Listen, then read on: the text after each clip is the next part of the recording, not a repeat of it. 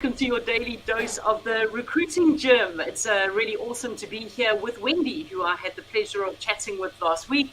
We hit it off, and we're going to really do our best to keep this to 15 minutes today, but there's so much to discuss on this topic. But before we get started, Wendy McDougall from Firefish Software. First of all, thanks for being here. I know that's a busy week with the Recruitment Expo this week, but please just give us a brief intro, tell us about yourself, and then let's get started.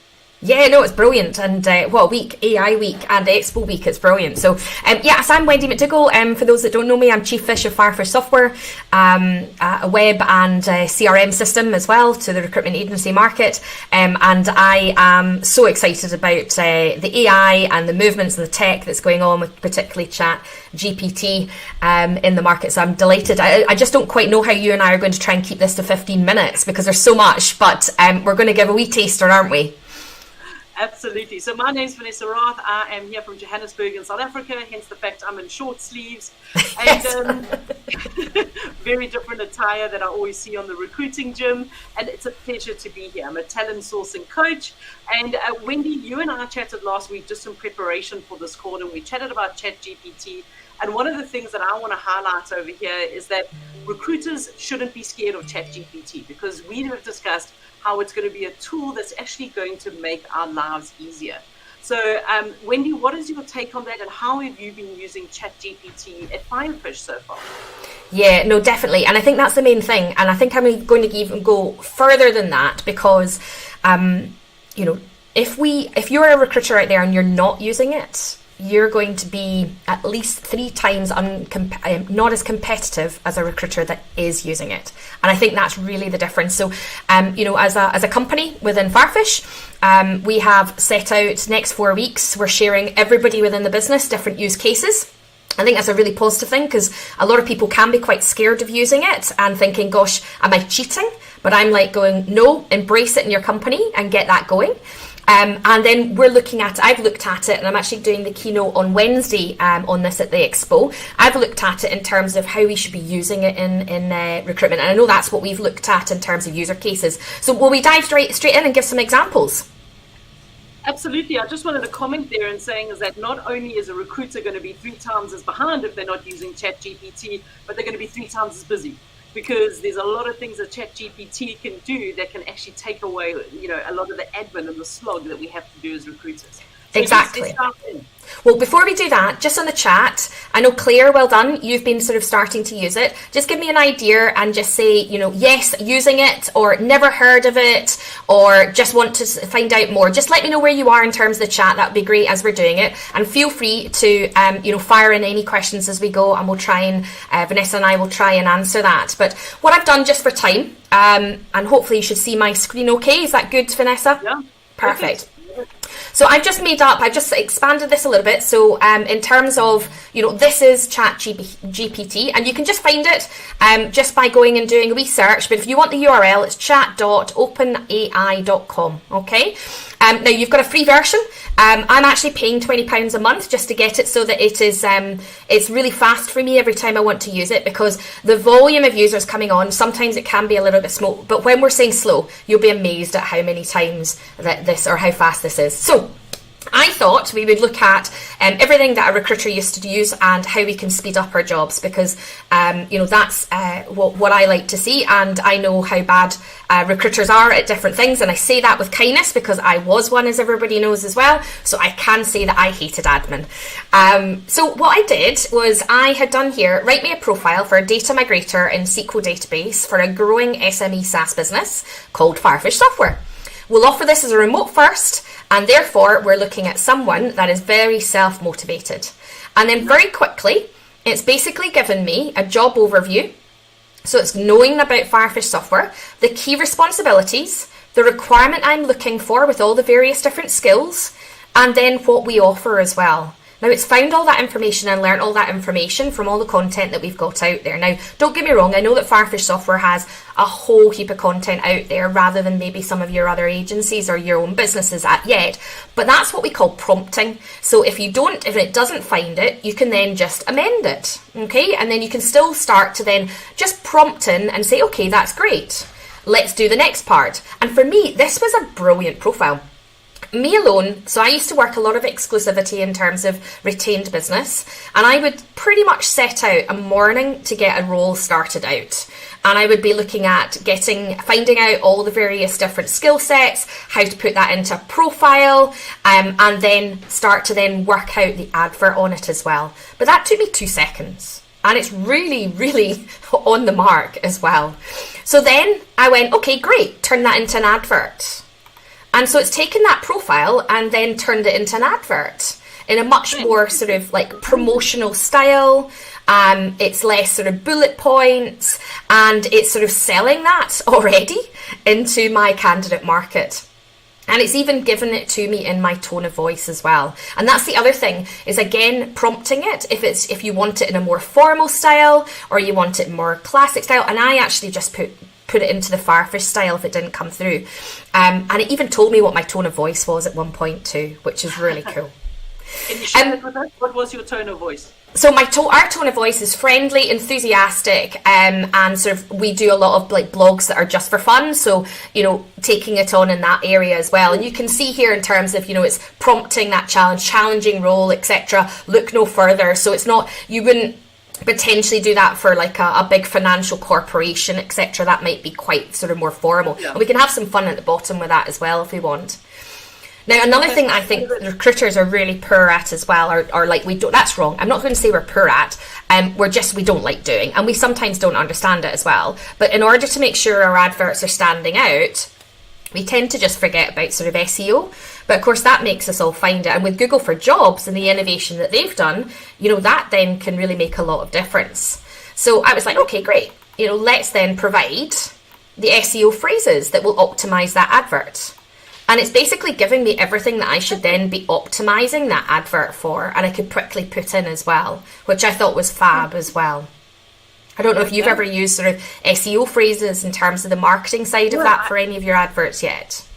I haven't really, I don't recruit, but I could use this for a couple of blog posts or to drive people to my the online stuff. So I hadn't thought of using it for SEO phrases. Yeah, and it's really good. And we've also looked at sort of like help pages and stuff like that for tagging so people can find it. And it just works so effectively. Now, one of the things that, is a little bit controversial in the sort of chit-chat of, forward thinking, or the people that are really sort of exploring this and using it, to its sort of all the different, pushing it in all the different uses, suggesting Boolean search phrases to then where I'm going to actually, find that vacancy from as well. Now, what I would suggest is that, I did my first one, I just said like Boolean stretch, or search string. But then what I wanted to do there was, because it brought a lot the company into that as well, which actually for this one, I just wanted it focused on the technical phrases. So I changed that and just said, just focus on the technical phrases. Now, to me, that was a really good start, okay? And I think with a Boolean, it's a really good start. It's a really good area. A lot of new recruiters can be scared of Boolean searching. So, that for me starts to teach a recruiter what Boolean search is all about, not be afraid of it and play around with it. It's giving you all the keywords there, and it's even suggesting and making that link in terms of all I asked, remember, at the very start was a SQL database for growing SMS. So, and it doesn't have to be technical. It could just, that's what I've just chosen because obviously that's one of our roles. So I wanted to test it. So it remembers all of the content and everything's more uniform. That's what I really like about, this ChatGPT. Exactly. You can have a long conversation almost going, and then come back to it, which is also great. Exactly. And what I wanted to do was just put it into the life cycle of actually just working a role, right? Now, this so far is taking me all of 10 minutes. That is the bit that just goes, blows my mind. And how long would it take a recruiter to do this? Maybe an hour and a half, maybe? Well, with all of this and the next part as well, honestly, I really did, put in, because it was a retained piece of business, so I would have done a whole profile. I would have blocked out an afternoon or a morning for this. So it'd be a good 2.5 hours, because I would have researched then, like the companies. I've even tried to do that. Show me the companies I should be targeting and things like that as well in it. Amazing. So then, we get to the stage where we're advertising it. We've got a good job. We could then look at sort of companies in terms of we're going forward, and hopefully I've got some candidates coming in. So I want to then learn, what should I actually be asking those interview questions about? So Amazing. It just gives me then prompts in order to actually screen what I'm looking for this job. Now, if I had this when I was starting... Yeah, amazing. If they were very technical questions, you could actually get the answer too. So the recruiter... Exactly. That's exactly what I did there. What might be the right answers? So well done. And now, don't get me wrong, right? And this is where we've got to look at it and treat it with a little bit of, understanding guidance. But, the answers are right? But again, it will let us know we can't, we've got to learn from it and use that as prompts to be able to understand and feel more confident. I remember let's face it, there's not that many hurdles to get into recruitment. With tech recruitment, there are, because you need to understand all the jargon. And so for a lot of recruiters trying to get into tech recruitment and then training them up, if you're a recruitment agency owner looking at how do we train my first person coming in, that can be a hurdle. Well, this breaks down those barriers to learning. Absolutely. And I just think it accelerates that learning process. So, this is telling me what I should hear. Who's brave enough to go and try ChatGPT. And that's what you're saying, is this whole string here. I mean, imagine employing someone who can actually show this to you at the interview stage. Actually hire me, because you're going to need one person, not 3 people, and look what I can do in 10 minutes with ChatGPT. Exactly. I mean, that's amazing, isn't it? Now, here's your offer. And that takes me right through here, okay? And ultimately now, I'm just going to do this at the last bit so you can actually see it hopefully working, right? Yep. So, effectively... And I don't know this person, so please, and it is publicly, available information on LinkedIn. So all I did was a wee search for somebody that was a data migrator on LinkedIn, okay? So I'm then going to pop in here and I'll just pop it into the chat. So let me just cancel that one. And let's see if I can get in. I did this last night, so there we go, right. So I've got the profile in here and I'm going to submit and save.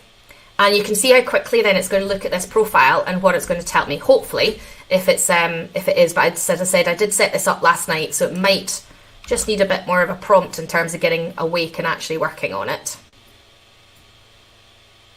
It's going to not like this and refresh, because I think I did it last night in Torment. What it does though is it basically comes in. Let's see if I've just got this in terms of printed out at the end.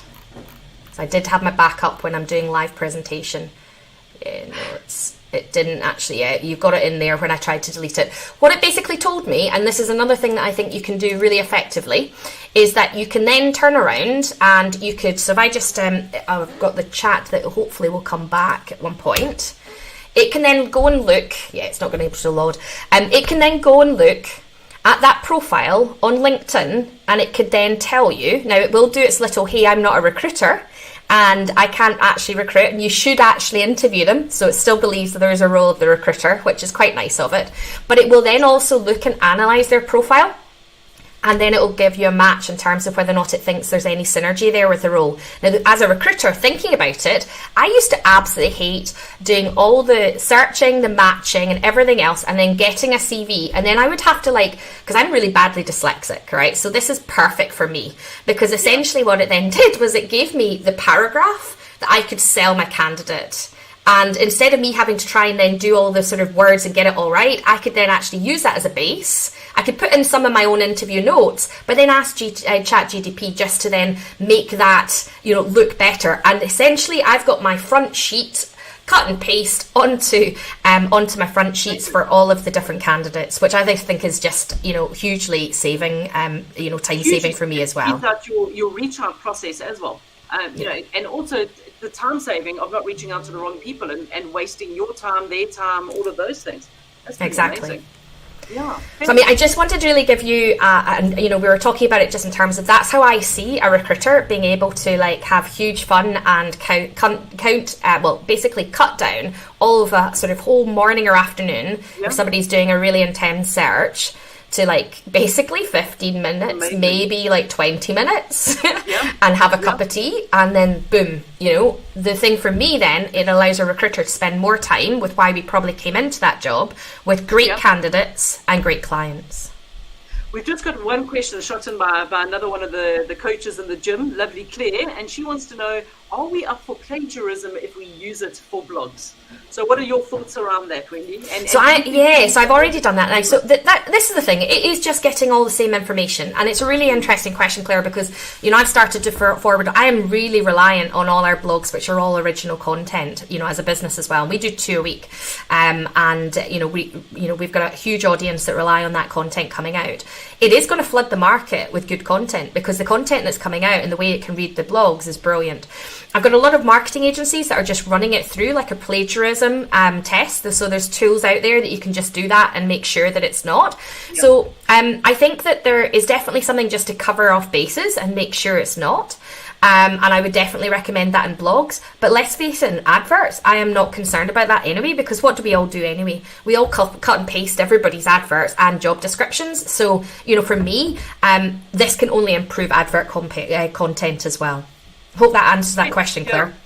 Claire, I'd also say a comment around that is that you can use it to give you the backbone. So for me, it's easier to start something that's already there that you can go in and edit and put your own spin on it, maybe throw in your own examples, and then put that in as your blog. I think that's a different kind of scenario. And that's what I see a lot of people doing. I also see a lot of people on posts or on a blog saying, 50% of this blog post was generated by ChatGPT. I don't even think that's necessary. I think that's just going to be a given.